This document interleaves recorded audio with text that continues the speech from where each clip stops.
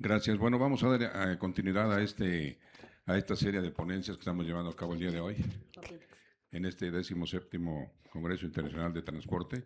Veo aquí muchos amigos que nos visitan de Monterrey, de Hermosillo, de Querétaro y algunos otros lugares por ahí. Qué bueno que están por aquí acompañándonos el día de hoy. Vamos a dar inicio a esta conferencia que se llama Cultura de la Movilidad. En este caso, la moderadora va a ser la ingeniera Ana Ercilia Anguiano Vega. Adelante, ingeniera, si es tan amable. Gracias.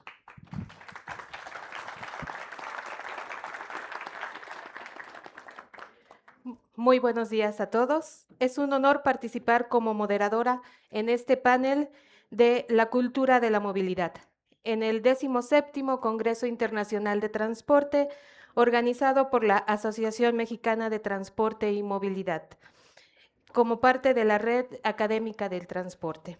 Agradezco la presencia de nuestros panelistas, la doctora Miriam Telles Ballesteros, profesora investigadora de la UACM.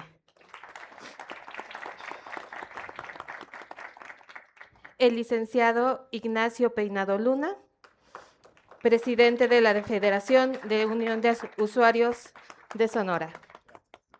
Ingeniero Carlos Arturo Gutiérrez Alcalde, profesor investigador de la UPIXA.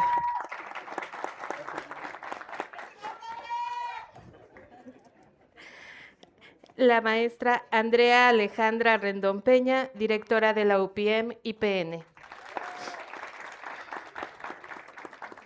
Y el ingeniero Fabián Hernández Peña, académico de la UPM-IPN.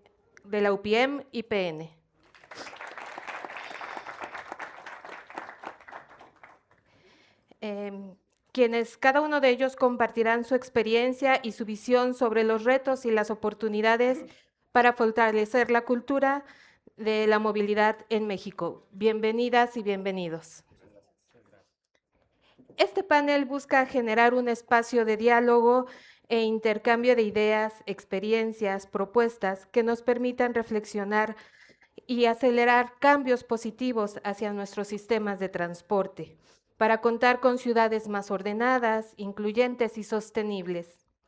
Esta transformación no depende únicamente de nuestras obras, de la infraestructura, de los vehículos o de lo que nosotros utilizamos diariamente.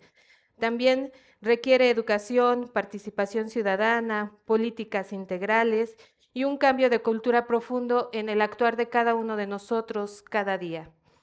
Por lo que hablar de movilidad no implica nada más la expresión de viajar, sino implica la forma de cómo vivimos en nuestras ciudades y cómo participamos en cada una de ellas de una manera más segura, eficiente, accesible y sostenible. Actualmente, los centros urbanos tienen grandes desafíos como la parte de los congestionamientos viales, los accidentes, la contaminación, la desigualdad en el acceso al transporte. Y ante este panorama, pues la movilidad es una parte, o la cultura de la movilidad es una parte esencial, es un elemento que no podemos dejar fuera del sistema. En ese tenor se convierte como esa parte fundamental de nuestros hábitos diarios para fortalecer la forma de los usuarios y la convivencia armónica que tenemos. Una cosa es escuchar que cada año mueren aproximadamente 1.2 millones de personas en siniestros de tránsito, sin imaginar que que se cayeran 10 aviones Airbus o se estrellaran cada día alrededor del mundo. Esta problemática grave pues nos hace pensar en qué podemos hacer. Los voy a invitar a que cada uno de ustedes, con las experiencias y con todo lo que han podido vivir en el medio de transporte, nos hablen acerca de la importancia de la cultura en México y en el mundo. Adelante, doctora Miriam, por favor.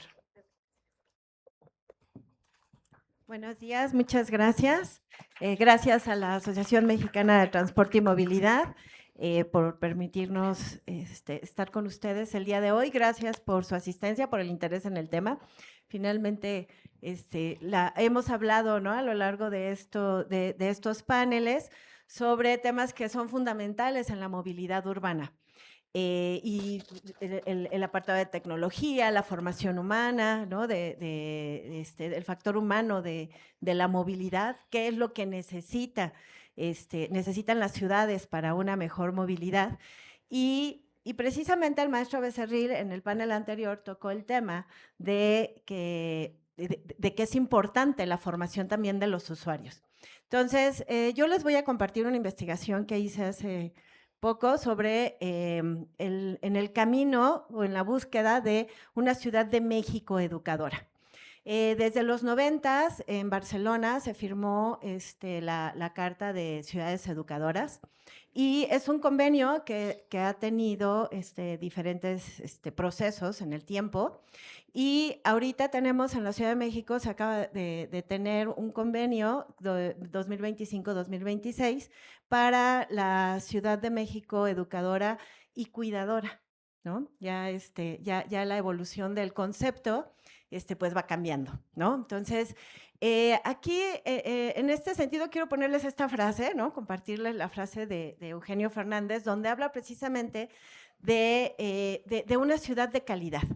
Una ciudad de calidad, pues estaríamos pensando que es una ciudad donde el ser humano se va a poder desenvolver, pues, de manera integral, ¿no? O sea, finalmente lo que queremos es tener calidad de vida, tener buenas condiciones, y pues uno de los ámbitos que se debe cubrir es precisamente tener una muy buena movilidad, o al menos una movilidad aceptable, ¿no? Que no incida en la salud, en la calidad de vida de todos los que habitamos en las ciudades. Y pues aquí es donde yo me hago la pregunta, ¿no? ¿Afecta la movilidad a la ciudad, afecta la cultura de la movilidad a las ciudades? ¿Ustedes qué creen? Pues que sí, ¿no? Y a las ciudades, pues también, ¿no? O sea, el tener estas condiciones donde tenemos, pues, personas que no se estacionan en lugares apropiados, ¿no? O muy cerca de las zonas de rampas, las personas colgadas, ¿no? Las unidades de transporte. O sea, podemos tener diferentes condiciones que afectan precisamente la convivencia en las ciudades, ¿no? El no utilizar los espacios de manera apropiada, el no saber leer la ciudad, ¿no? O sea, mucha gente ni siquiera conoce los dispositivos para el control del tránsito, no los entienden. Entonces, ¿por qué? Precisamente porque la licencia de manejo se obtiene como un trámite administrativo, ¿no? No es un proceso formativo de todos los que usamos la ciudad. Entonces, no hay conocimiento de derechos, de responsabilidades, ¿no? De las vialidades. Hay poca sensibilidad, ¿no? De los efectos que pueden tener los siniestros de tránsito en nuestras vidas, ¿no? O sea, hasta que no nos sucede un siniestro cercano o en carne propia, nos volvemos sensibles a debí haberme puesto el cinturón de seguridad, ¿no? Y ya no es chiste, ¿no? De no se puso el cinturón. Entonces, ¿qué opciones hay, ¿no? Para resolver los temas de siniestralidad, todo lo que tiene que ver con pues los problemas que están asociados a la falta de cultura de la movilidad? Pues tenemos lo que ya hemos visto en los otros paneles, ¿no? Sistemas de gestión, tecnología, sistemas integrados de transporte, sistemas inteligentes de transporte, pero sin el elemento, o sea, finalmente nosotros somos los que utilizamos los sistemas de transporte, ¿no? Los humanos. Yo, cuando hacemos modelación de transporte, yo siempre les digo a mis estudiantes, los modelos de transporte son maravillosos, porque si van formados los vehículos, van uno tras otro, ¿no? En la calle no. En la calle cada quien se mueve, ¿no? Para girar a la izquierda puedo tener hasta 3 carriles para girar a la izquierda cuando yo sé que el simulador me va a formar uno tras otro, ¿sí? Entonces, necesitamos forzosamente generar en nuestras ciudades una cultura de la movilidad, ¿sí? Ahora, en el tema de la cultura de la movilidad, primero vamos a definir qué es eso, ¿no? Entonces, tenemos 3, bueno, yo les voy a compartir 3 enfoques, como mantenimiento del orden, ¿no? Donde en esta perspectiva, pues básicamente estamos hablando del cumplimiento de reglamentos, ¿no? De respeto a la movilidad de los demás, y se puede medir con infracciones o con una tasa de siniestros viales. La segunda es como una movilidad alternativa, donde se cuestiona el predominio del uso del automóvil en detrimento de otros medios medios de transporte, una falta de cultura vial, ¿no? Y la tercera, que es la más vanguardista, que es precisamente en la que yo me quiero enfocar, que es el derecho a la movilidad. Y el derecho a la movilidad, pues, aborda diferentes tipos. El tema de la ciudad educadora aborda precisamente el derecho a la movilidad, los derechos humanos, el derecho de las infancias, el derecho a la misma, el derecho a la ciudad misma, ¿no? Entonces, en este modelo se plantea como objetivo que el espacio urbano debe enriquecer la vida de sus habitantes, ¿no? Y permite el desarrollo en los ámbitos que elija con calidad y no discriminar en las prácticas cotidianas. Y aquí me voy a ir con René Hubert, ¿no? Directamente, ¿no? Que desde su nacimiento los habitantes de la ciudad tengan en el tuétano de sus huesos cómo se deben comportar en la convivencia en el espacio vial, en las ciudades, con el resto de las personas que conforman la comunidad a la que pertenecen, ¿sí? Entonces, en este sentido, tenemos muchos instrumentos, o sea, ya está el Programa Integral de Movilidad, que inicia con sanciones, que muchos podrían decir, es que estas sanciones lo que buscan es castigar una mala actitud. Y, por ejemplo, la segregación en el servicio de transporte público de pasajeros también, ¿no? Es parte de educar a los individuos para una mejor convivencia. Pero en estas medidas deberíamos transitar hacia precisamente lograr que esa convivencia se convierta en un hábito, en una forma de vida, ¿no? El respeto al derecho de moverse de la persona con la que estoy en el servicio de transporte, ¿no? No mantenerse de manera permanente, ¿no? O sea, nosotros consideramos que esta segregación sí debe transitar hacia buscar una mejor convivencia en los sistemas de transporte. Y me quiero enfocar sobre todo en este tercer punto, que es la profesionalización de el mejor o la mejor ciudadano o ciudadana para conducir a los vehículos de transporte que mueven a la mayor parte de los usuarios de las ciudades, que por ejemplo en el caso de la Ciudad de México son precisamente los transportes públicos de pasajeros. O sea, estamos hablando más o menos de 500,000 de personas. Si en la Ciudad de México somos poquito más de 9 millones de habitantes, estamos hablando más o menos del 6% de la población. El 6% de la población que tiene que pasar forzosamente por un proceso formativo, ¿no? Que para obtener su licencia tarjetón, ¿sí? Ellos sí tienen que pasar por una evaluación de conocimientos, una evaluación de pericia, una evaluación de salud, ¿sí? Mientras que el resto, el 94% de los usuarios de la ciudad, no pasamos por ninguna evaluación, nada más vamos y pagamos en la Comer una licencia de manejo, ¿sí? Entonces, sí es importante que este sector, o sea, yo considero que a partir de este sector y de la gente de tránsito, que son los dos usuarios de la ciudad que están la mayor parte del tiempo en el espacio vial, podemos empezar a aplicar precisamente lo que me mandata o lo que me ayuda, el objetivo de la ciudad educadora, de lograr comunidades, ¿no? Que a partir de esta ciudad educadora, en la que la ciudad forme, ¿no? a los que habitamos las ciudades. Entonces, también tenemos, bueno, ahora la estrategia en la ENAMOV, la Estrategia Nacional de Movilidad y Seguridad Vial, que también tiene un apartado como estrategia de capacitación. Yo considero para el corto y mediano plazo. Falta el largo plazo, o sea, la formación, el proceso formativo de los individuos es una actividad de largo aliento, ¿sí? O sea, incluso podríamos pensar, o muchos autores dicen que tardan generaciones en observarse las modificaciones que hacemos en los sistemas educativos. Nosotros esperamos que a partir de ya todas estas estrategias, tenemos el PIM, la ENAMOV, ya se generen intervenciones ya para el presente, ¿no? Que no me tenga que estar esperando a que pase una generación para poder tener una mejor ciudad y una mejor convivencia con todos con los que comparto el espacio vial, el espacio público. Y en este sentido, pues también yo considero que a la ENAMOV le falta la parte de largo plazo, ¿no? Porque tendría que ser una forma, un proceso formativo que modifique la forma de vivir y de hacer ciudad para todos los grupos etarios, ¿no? O sea, sobre todo pensando que para 2050 vamos a se nos acaba el bono de población, ¿no? Según la CONAPO, y eso significa que pues vamos a ser muchos adultos mayores en espacios viales que pues todavía no están preparados, ¿no? Para recibirlo. Y de aquí pues transitaríamos de los conceptos de Dewey. Si se fijaron aquí en esta parte, la enseñanza debe ser por la acción, la educación es la vida y la escuela es la sociedad. O sea, si las ciudades se convierten en las escuelas, ¿no? Porque todos los días nosotros estamos aprendiendo y allá afuera aprendemos efectivamente cómo nos comportamos y cómo convivimos en el espacio vial. Y no solamente es crear una ciudad educadora, sino lograr generar, como dice Oppenheimer, o propone Oppenheimer, una cultura familiar de la educación.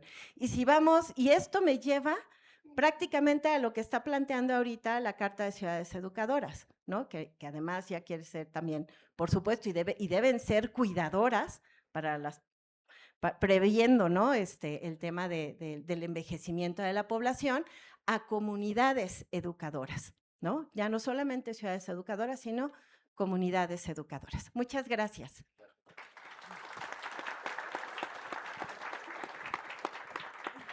Muchas gracias, maestra. Efectivamente, la movilidad comienza con los pequeños cambios en nuestro actuar diario y con respecto a las personas con las que convivimos todos los días, ¿no? En los sistemas de transporte. Gracias, maestra Miriam. Bueno, le voy a pedir al maestro Carlos Gutiérrez que nos platique sobre la cultura de la movilidad. Gracias, maestra. Pues primero que nada, agradecerles a todos su presencia. A veces estas salas, estas reuniones no resultan tan interesantes o tan magnas como lo que tenemos allá, entonces gracias por estar aquí. Obviamente para los chicos, los estudiantes, por obvias razones nos acompañan, ¿no? Aparte, bueno, de UPIXA y de UPM, que es nuestra casa, quisiéramos saber con quién más podemos estar contando para formar una nueva generación que pueda generar esta cultura de la movilidad. ¿Quién más viene aparte de las escuelas que estamos aquí? Hermosillo, ¿quién más? Querétaro nos dijo Pablito, Monterrey, a los de Querétaro los vimos por allá. Y bueno, perfecto, muchas gracias. ¿Por qué? Porque cada uno de nosotros hacemos nuestra isla o hacemos un macro de lo que vivimos. Tuvimos la oportunidad hace unos días, Ignacio, de estar por allá con ustedes y es muy difícil, ¿no? Para el peatón estar 15 minutos esperando el camión. Sí, las condiciones climáticas son muy diferentes a lo que tenemos aquí. Y normalmente todas mis pláticas las inicio con este dibujito, que es los objetivos de desarrollo de la ONU. Antes, hasta hace 10 años, gracias maestro, teníamos las secretarías de Transporte y Vialidad. Y un poquito antes de eso, éramos la Dirección General de Tránsito, dejando afuera a las personas. En tránsito había patrullas, había grúas, ¿no? Había controles de semáforos, ¿no? Controles de tráfico. Y lo comentaba la doctora, ¿no? ¿Cuántos de nosotros sabemos leer las señales de tránsito? Peor aún, existe un manual, un lineamiento internacional de colores y aún así las hacemos del color que identifique al que esté jugando ahorita en la cancha. Con todo respeto. Tenemos una señal morada que para tránsito, para seguridad no significa nada, ¿no? Tenemos los colores de la ciudad, los colores que nos quieren enarbolar, pero no nos dice nada. Entonces, los objetivos de desarrollo que vienen desde la agenda del 2010 al 2020 ya nos obligaban a los gobiernos que estábamos alineados con la ONU, los tratantes, a cumplirlos.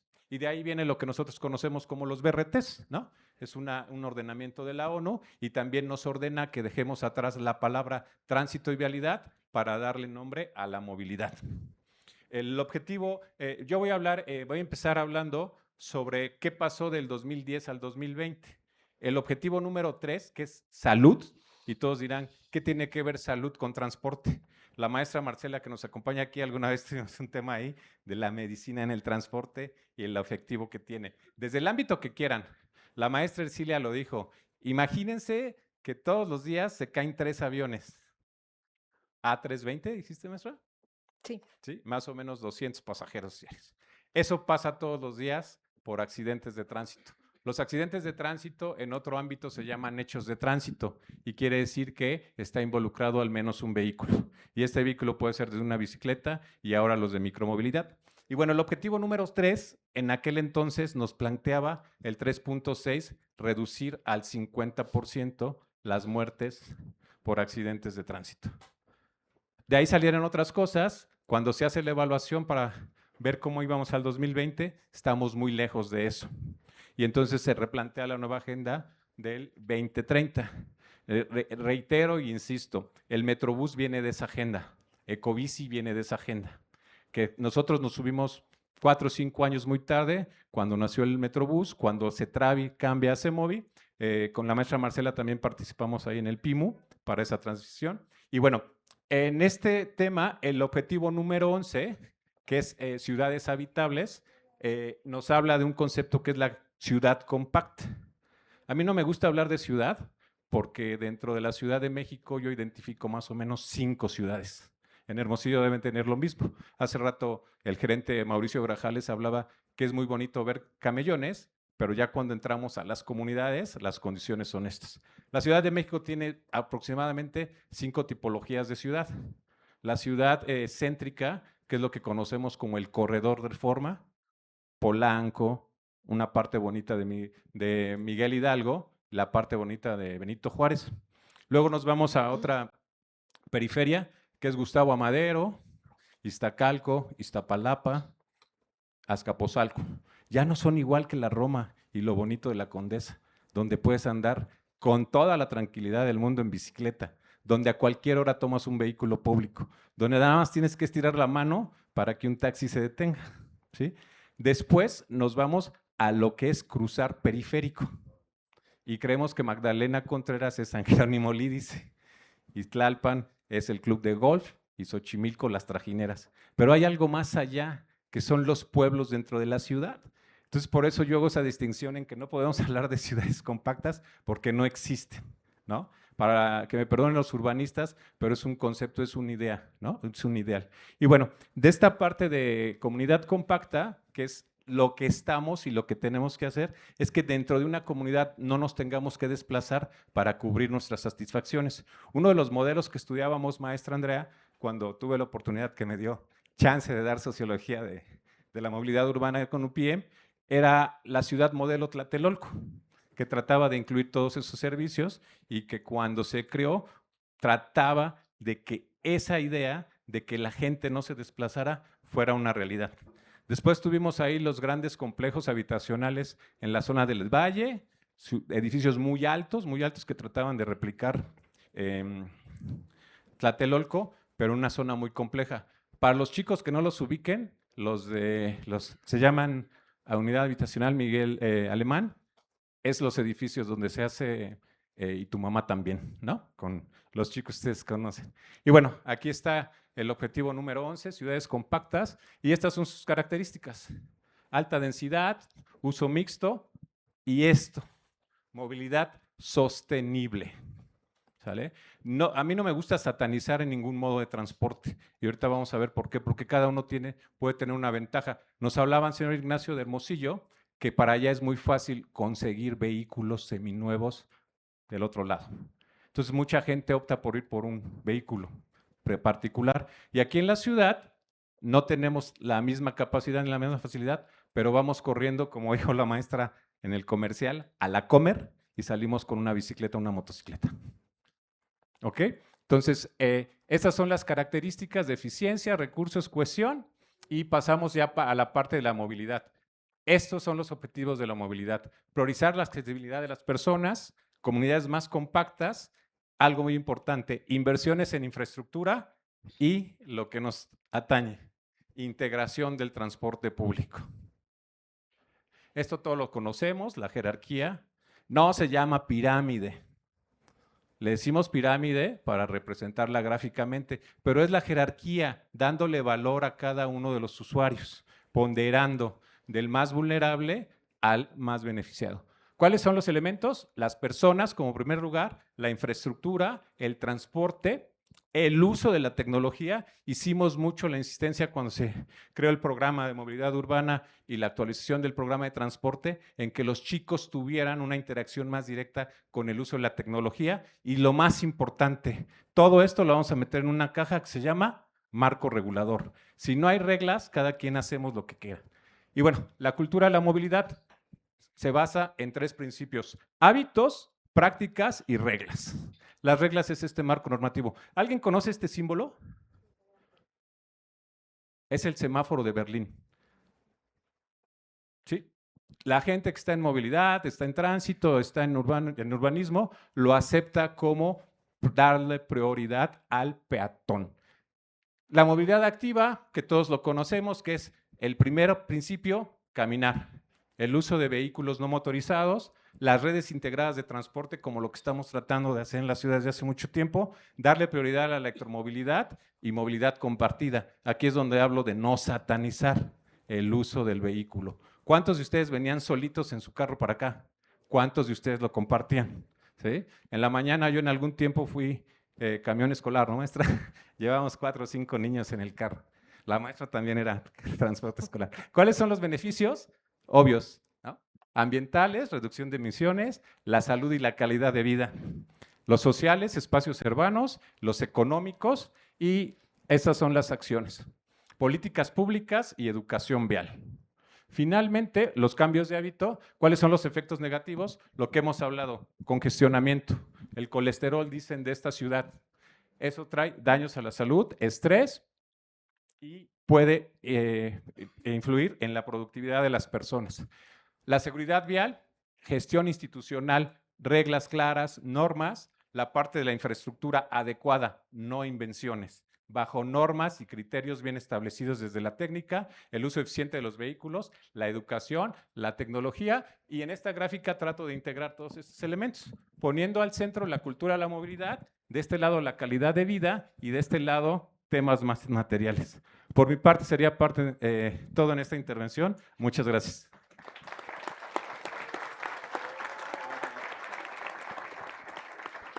Muchas gracias, ingeniero. Es importante siempre visualizar que la movilidad requiere infraestructura, tecnología, normas, gestión de las autoridades y de los operadores, así como de la ciudadanía. Su participación siempre es importante. Gracias, ingeniero. Bueno, pues continuaremos con las experiencias y enfoques de la maestra Andrea, por favor. Muy buenos días. Muchas gracias por la invitación a este congreso.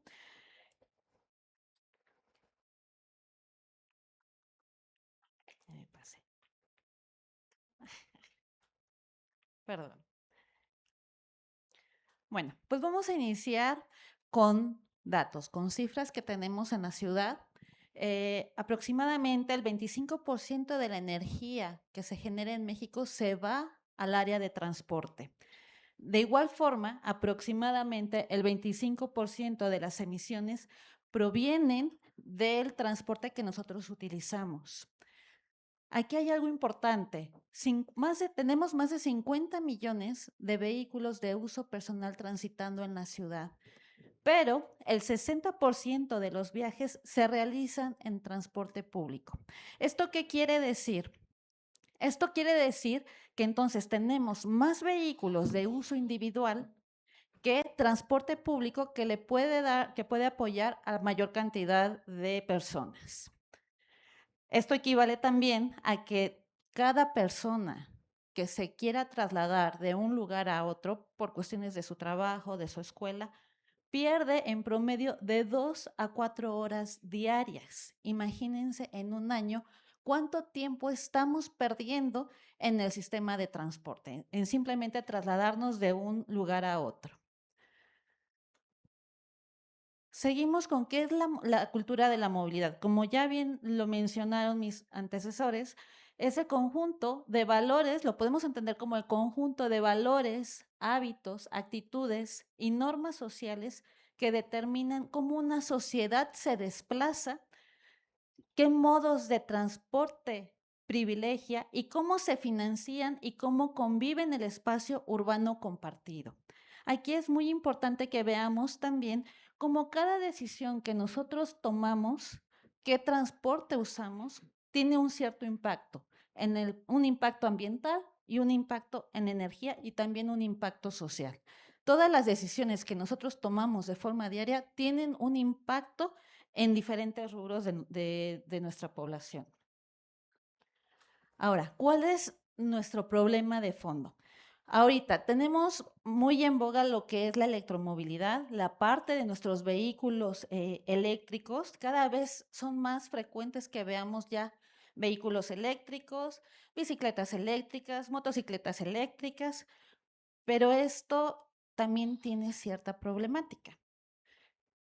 Ahorita todavía dependemos fuertemente de los combustibles fósiles. Tenemos que dar paso, tenemos que abrir nuestro panorama a las energías limpias. Tenemos también ciudades dispersas, ciudades desordenadas, como ya lo comentó el maestro Carlos. Tenemos un transporte público que todavía es insuficiente e ineficiente para todos nosotros. Estamos haciendo un uso excesivo del automóvil, como también lo mencionó el maestro Carlos. A veces solamente nos transportamos una sola persona en un vehículo de 5 pasajeros, ¿no? Bien podemos apoyarnos entre todos con personas conocidas, dar un ride o acercar a algún lugar, algún familiar, algún amigo, para aprovechar más este uso del vehículo. Y lo más importante y que nos está afectando a todos, se toman decisiones sin tener la información adecuada. Estamos tal vez reaccionando a los problemas que tenemos. No estamos analizando de forma adecuada para prever los problemas que vamos a tener en 5 años, en 10 años. Tenemos que ser más conscientes, usar la tecnología justamente para tener modelos predictivos, para determinar qué problemas están pasando tal vez países que son similares al nuestro y tomar decisiones. Ahora, ¿qué soluciones estamos dando o qué soluciones podríamos tener a este tipo de problemas? Pues bueno, aquí tenemos justamente la parte de la energía. Estamos viviendo en una época donde el uso de las energías limpias ya forman parte de una necesidad actual, ya no es a un futuro. Ahorita tenemos que hacer mucho uso de las fuentes limpias. Nuestra red de energía lamentablemente es deficiente, lamentablemente es problemática, no está actualizada y sin embargo nuestra demanda de energía crece. Tenemos que hacer algo justamente para que esta electromovilidad, estos sistemas de transporte eléctricos, pues se nutran con energías limpias, diversificar nuestra matriz energética. Es lo que también tenemos que hacer como ciudadanos. También tenemos que desarrollar la ciudad orientados también al transporte público, modificar nuestro transporte público, hacerlo más seguro, más eficiente, de mayor calidad, que también podamos aumentar nuestra calidad de vida. Pasamos mucho tiempo en el transporte y eso disminuye nuestra calidad de vida. Tenemos que hacer algo justamente para tener un transporte público seguro, accesible, de calidad y que nos pueda dar servicio a la mayor cantidad de personas. Tenemos que también hacer un uso racional del auto, la movilidad compartida que hemos estado hablando. Y sobre todo, tomar decisiones basadas en la información real. Aquí con esto nos vamos a apoyar mucho en la tecnología. Tenemos que justamente aprovechar todas las tecnologías que ahorita se tienen y desarrollar otras tantas para tomar decisiones adecuadas en beneficio de nuestra movilidad, de todos nosotros. Y pues bueno, ¿qué transforma esta cultura de la movilidad? Tenemos que, por un lado, tenemos la tecnología que les he estado comentando, los vehículos eléctricos, las aplicaciones que también nos sirven de mucho y que ustedes como jóvenes pues saben manejarlas muy bien. Cada vez se hace de uso común, salen nuevas aplicaciones para el sistema de la movilidad. Por otro lado, tenemos las políticas públicas. Aquí hay que mejorar las políticas públicas, desarrollar nuevas políticas públicas para que podamos nosotros justamente crear este sistema de movilidad mucho más eficiente. Educación y comunicación. La educación tiene que ser desde temprana edad. Tenemos que educar a nuestra niñez para que justamente aprendan la parte de la cultura vial, lo que mencionaba la doctora. Es muy importante que desde casa aprendamos justamente a que nuestros niños empiecen a ver los símbolos, por ejemplo, pero también la parte social. Podemos que usen la bicicleta, que usen el transporte público, que no siempre estén condicionados a utilizar el vehículo, el automóvil, ¿no? De que siempre los tiene que llevar su papá en automóvil, sino que también pueden usar otro tipo de transporte para trasladarse de un lugar a otro. Entonces, estos tres factores son los que nos van a dar el pie para tener una cultura de movilidad sostenible. Y es importante que nosotros lo tengamos muy en cuenta para que nosotros podamos seguir creando sistemas de movilidad, podamos diseñarlo con datos reales y que sean en pro de una población mejor, de una mejor calidad de vida. Muchas gracias.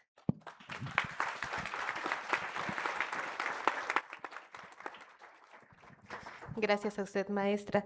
La verdad es que sí es muy importante tener en cuenta que uno de los grandes retos es pasar justamente de este enfoque de utilizar únicamente el transporte privado, sino de utilizar los demás medios, pero con seguridad y con eficiencia, ¿no? Que nos sintamos capaces de ir en bicicleta, que dejemos a los niños que salgan nuevamente a andar en sus bicis. Es una parte importante, pero pues necesitamos de todos y de una infraestructura y de una seguridad importante para poderlo hacer.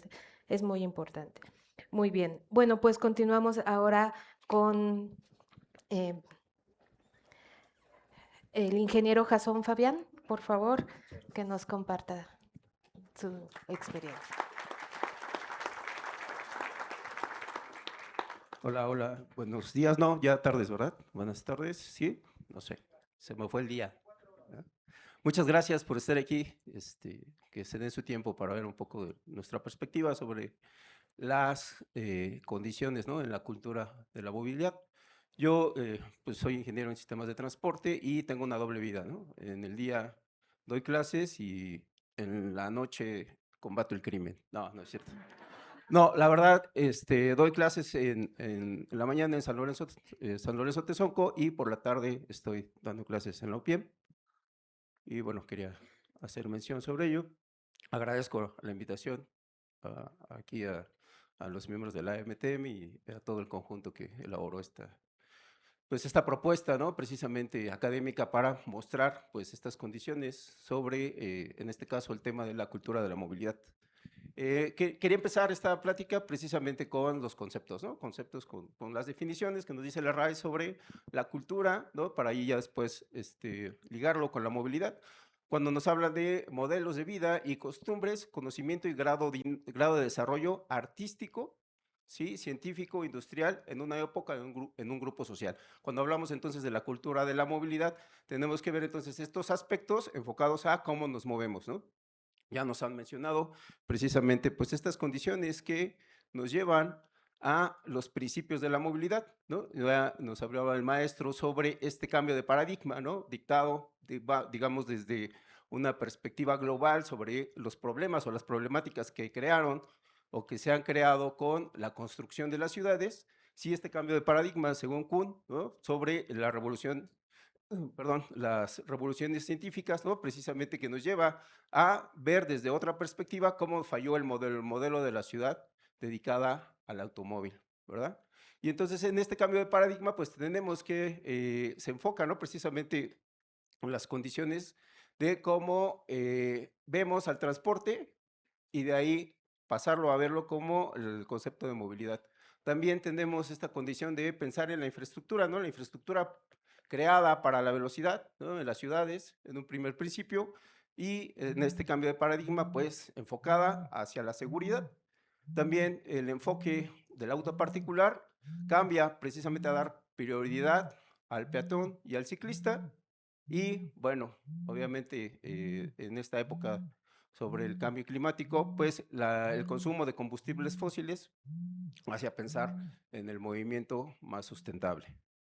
Y tenemos los principios de la movilidad, ¿verdad? Los principios de la movilidad que se empezaron a manejar, pues como ya nos platicaba el maestro, ¿no? En el programa integral de movilidad, precisamente a partir del cambio de paradigma que se dio de la Secretaría de Transporte y Vialidad a la Secretaría de Movilidad, acompañada con este plan integral, donde nos hablan precisamente de estos 10 principios, ¿no? Que los pueden ver ahí, y los cuales vamos a tomar algunos, ¿no? Algunos son más importantes en cuanto a la afectación que se ha tenido, ¿no? En el modelo de la ciudad y cómo pues nosotros apreciamos este espacio y cómo lo transitamos. Quería, bueno, desde una manera subjetiva, obviamente, tomar estos aspectos de la movilidad, recitárselos o generárselos, más bien desde mi perspectiva, ¿no? La movilidad, si es el espacio delimitado, el tiempo acotado, movilidad por las actividades exhortada, movilidad por las posibilidades realizada, movilidad acelerada por los sistemas, deseada por tu velocidad, diversificada por la tecnología, donde la seguridad te modera movilidad. Movilidad, tú eres el logo de la territorialidad. Con esta expresión, bueno, en estos aspectos que abordo subjetivamente desde mi perspectiva, quiero mencionar precisamente el primer aspecto que menciono sobre delimitado por el espacio. ¿Qué espacio?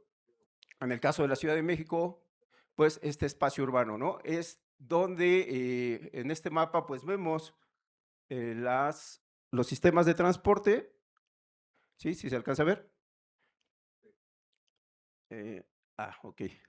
Bueno, ahí les pido disculpas a mis alumnos de Sistemas de Información Geográfica. Ahí caía una una rosa de vientos, pero cayó nada más un puntito. Perdón, fallas tecnológicas.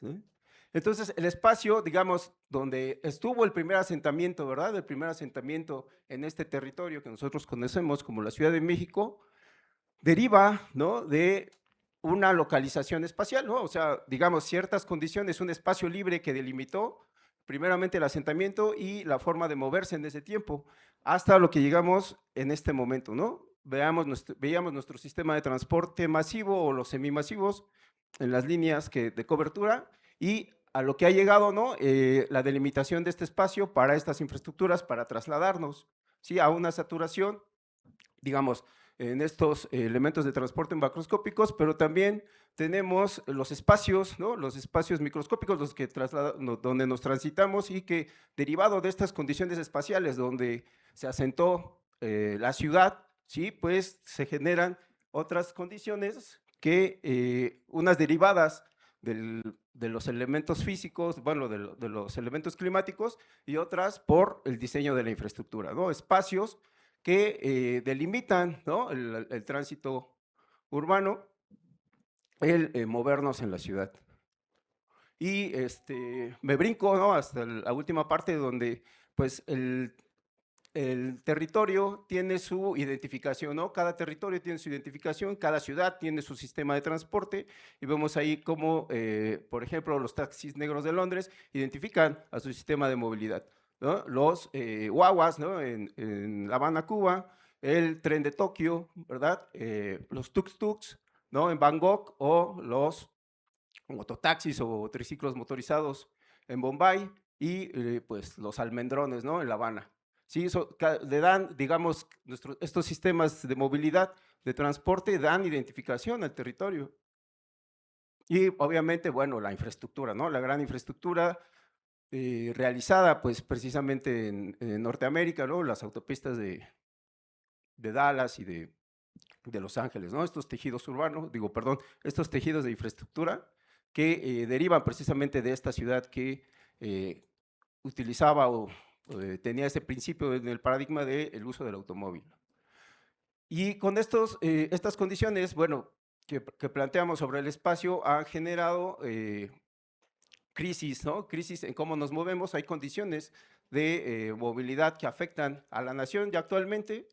Hay pérdida de millones de pesos en el traslado de personas derivado de la congestión y también de la siniestralidad, ¿no? También hay pérdida de productividad por las condiciones de estrés que se generan en el tráfico, ¿verdad? Y bueno, hay desafíos de saturación.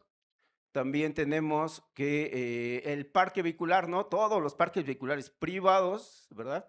Llámese auto, moto, scooter, ¿verdad? Tienen una elevada función de crecimiento, ¿no? O sea, su factor de crecimiento está siendo exponencial, debidamente, derivado precisamente de la opción de las tecnologías que tenemos, más accesibles, ¿no?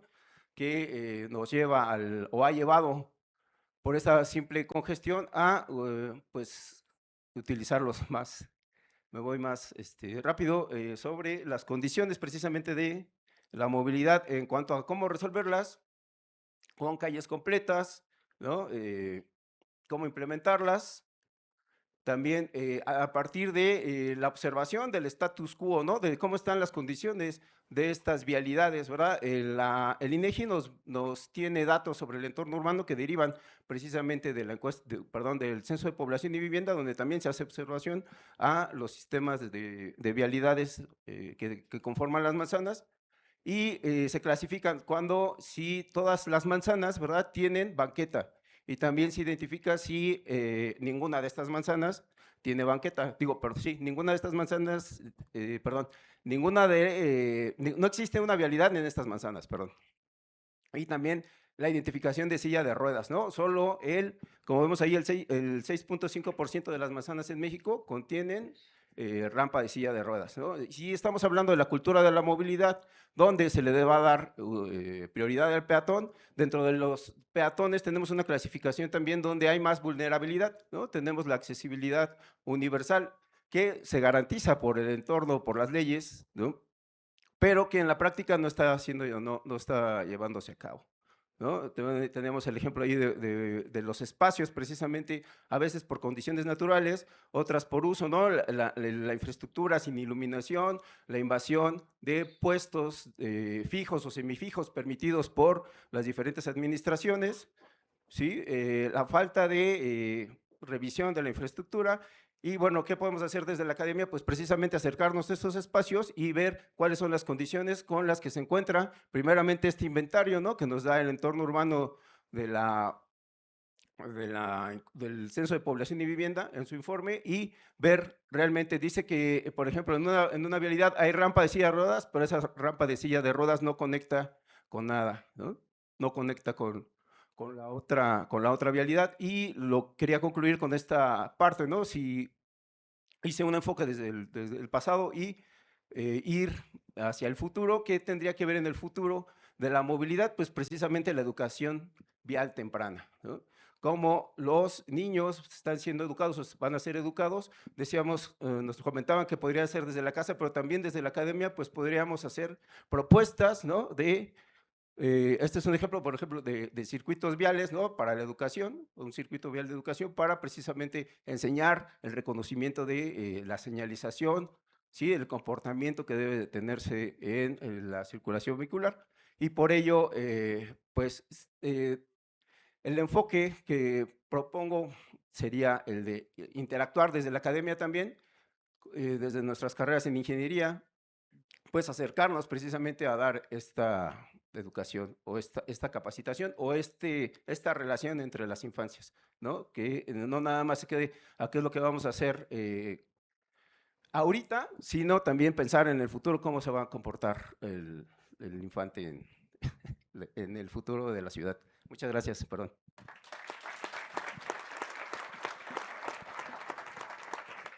Gracias, ingeniero Jasón. Es interesante ver cómo la movilidad no solo implica el desplazarse, sino también la manera en que convivimos como sociedad en los espacios públicos y con la infraestructura con la que contamos, ¿no? Entonces, esto fue muy, muy relevante. Pues le damos la oportunidad al ingeniero Jasón Fabián Hernández Peña, no, perdón, al licenciado Ignacio Peinado Luna, perdón, para que nos dé sus experiencias, que nos visita desde Sonora.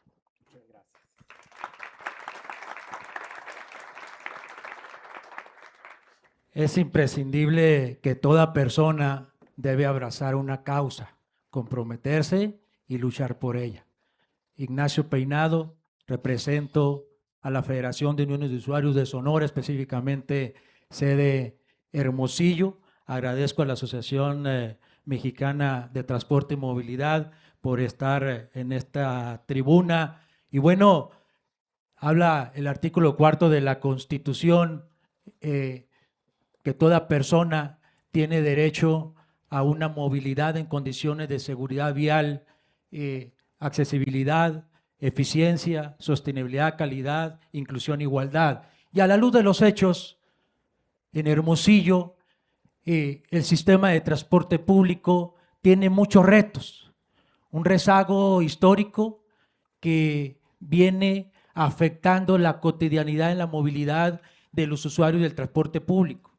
Hablar no solamente de un déficit suficiente de unidades que permite frecuencias muy prolongadas entre una unidad y otra, eso es una realidad.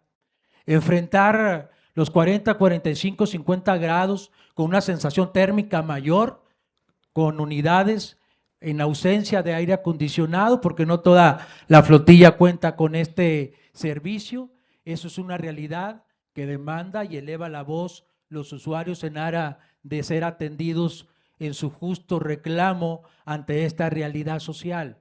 Hablar también de las personas que derivado de estas deficiencias, pues bueno, es una realidad que se traduce en una mala calidad de vida directamente en virtud del hecho de llegar tarde a sus lugares de trabajo, a sus actividades académicas, etcétera, a la actividad ordinaria, pues repercute en las finanzas familiares y en consecuencia en la calidad de vida de las personas.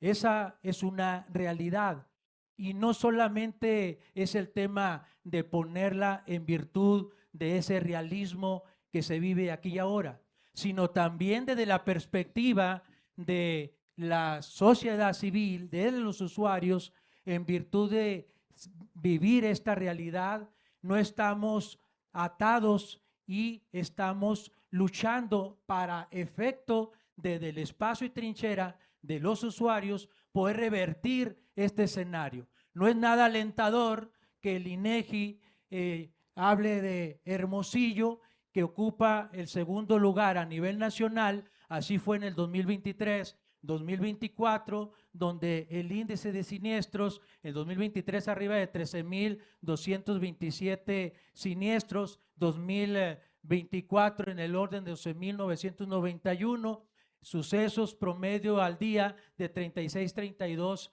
eventos de esta naturaleza. Eso motiva y obliga a que todos nos involucremos en el sistema de transporte público en aras de tener una mayor movilidad y mejores condiciones en la vialidad. ¿Qué ha hecho luego entonces desde la Unión de Usuarios? El cómo y qué es lo que estamos haciendo, más allá de conocer y vivir en la realidad y el diagnóstico como tal, y que duele y lacera y tiene consecuencias en las finanzas familiares de todas las personas del sistema de transporte público, que por cierto, dicho sea de paso, este medio se utiliza por necesidad y en ese sentido me parece urgente que haya una política pública que realmente atienda y traiga resultados que se puedan medir y cuantificar en el beneficio de los usuarios del transporte público.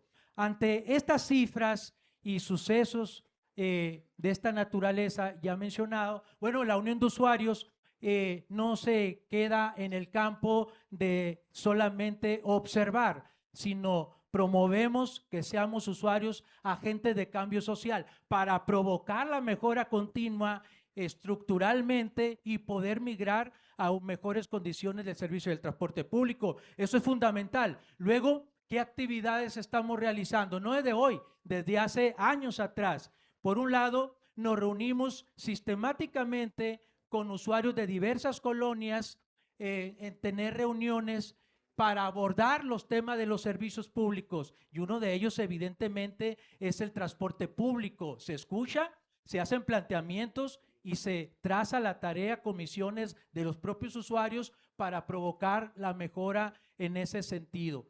Reuniones que tienen que ver con cultura y seguridad vial en los barrios, en las colonias populares, es una actividad que tenemos cada semana, de miércoles a domingo nos reunimos con usuarios y estos temas sí o sí se tienen que abordar, convencidos que solamente concientizando y informando a las personas, no solamente el hecho de vivirlo, sino traducirlo en contrapropuestas, siendo propositivo para que la autoridad que por norma constitucional debe de garantizar el servicio del transporte público de forma eficiente, segura y con la calidad necesaria. También dimos un paso trascendente desde la sociedad civil, para la sociedad civil, y estamos formando a integrantes de la asociación como mediadores comunitarios. ¿Con qué objeto? A través de diplomados se forman a mediadores comunitarios para poder gestionar los conflictos que, dicho sea de paso, en el transporte público están al orden del día. Nos parece fundamental que la formación de los usuarios como mediadores a través de estos diplomados puedan marcar una diferencia para poder aquilatar una serie de situaciones y conflictos que por su naturaleza están al orden del día. Particularmente y entendiendo por un lado al operador, que es el rostro del sistema de transporte público, y entendiendo al usuario de la molestia natural, porque dilató 30, 40, 50 minutos para pasar la unidad, con 30, 40, 50 grados, nadie va a estar sonriendo en ese sentido. Y hay un reclamo y tendencia a conflictos que lamentablemente es una realidad, terminan no solamente con palabras, sino hasta golpes, por la condición que el propio clima provoca. De tal suerte que para nosotros es de primer orden promover los diplomados y llevamos la segunda generación, han egresado en el orden de 80 personas, hombres y mujeres, que no necesariamente tienen una profesión, sino que disponen, tienen el espacio, la disposición, la voluntad y adquieren estas herramientas y técnicas para la gestión de los conflictos, no solamente en los temas sociales, sino evidentemente a nivel personal, desde luego que tienen otra perspectiva, otra lente y otra visión, dado esta preparación muy necesaria.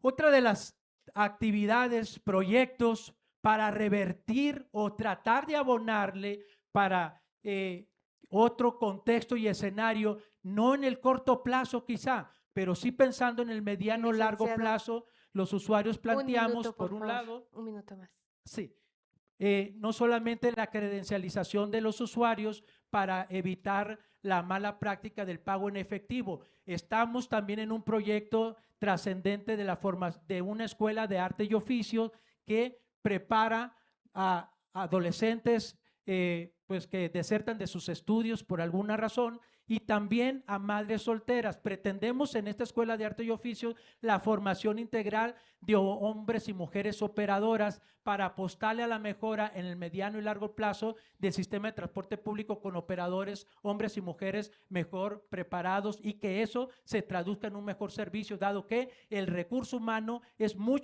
importante, y apostarle al recurso humano aquí y ahora es fundamental para poder materializar todas estas acciones, de tal suerte que las intenciones desde la Unión de Usuarios las traducimos en hechos, porque el diagnóstico lo conocemos todo. La pregunta es, ¿qué está haciendo cada cual de su trinchera? La Unión de Usuarios se encuentra muy activa desde la ciudad de Hermosillo, provocando la mejora y un sistema de transporte público más humano y que no sea retórica, sino que se traduzca en la realidad social que cientos y miles de personas en el día a día enfrentan deficiencias, por cierto, muy marcadas. Muchas gracias.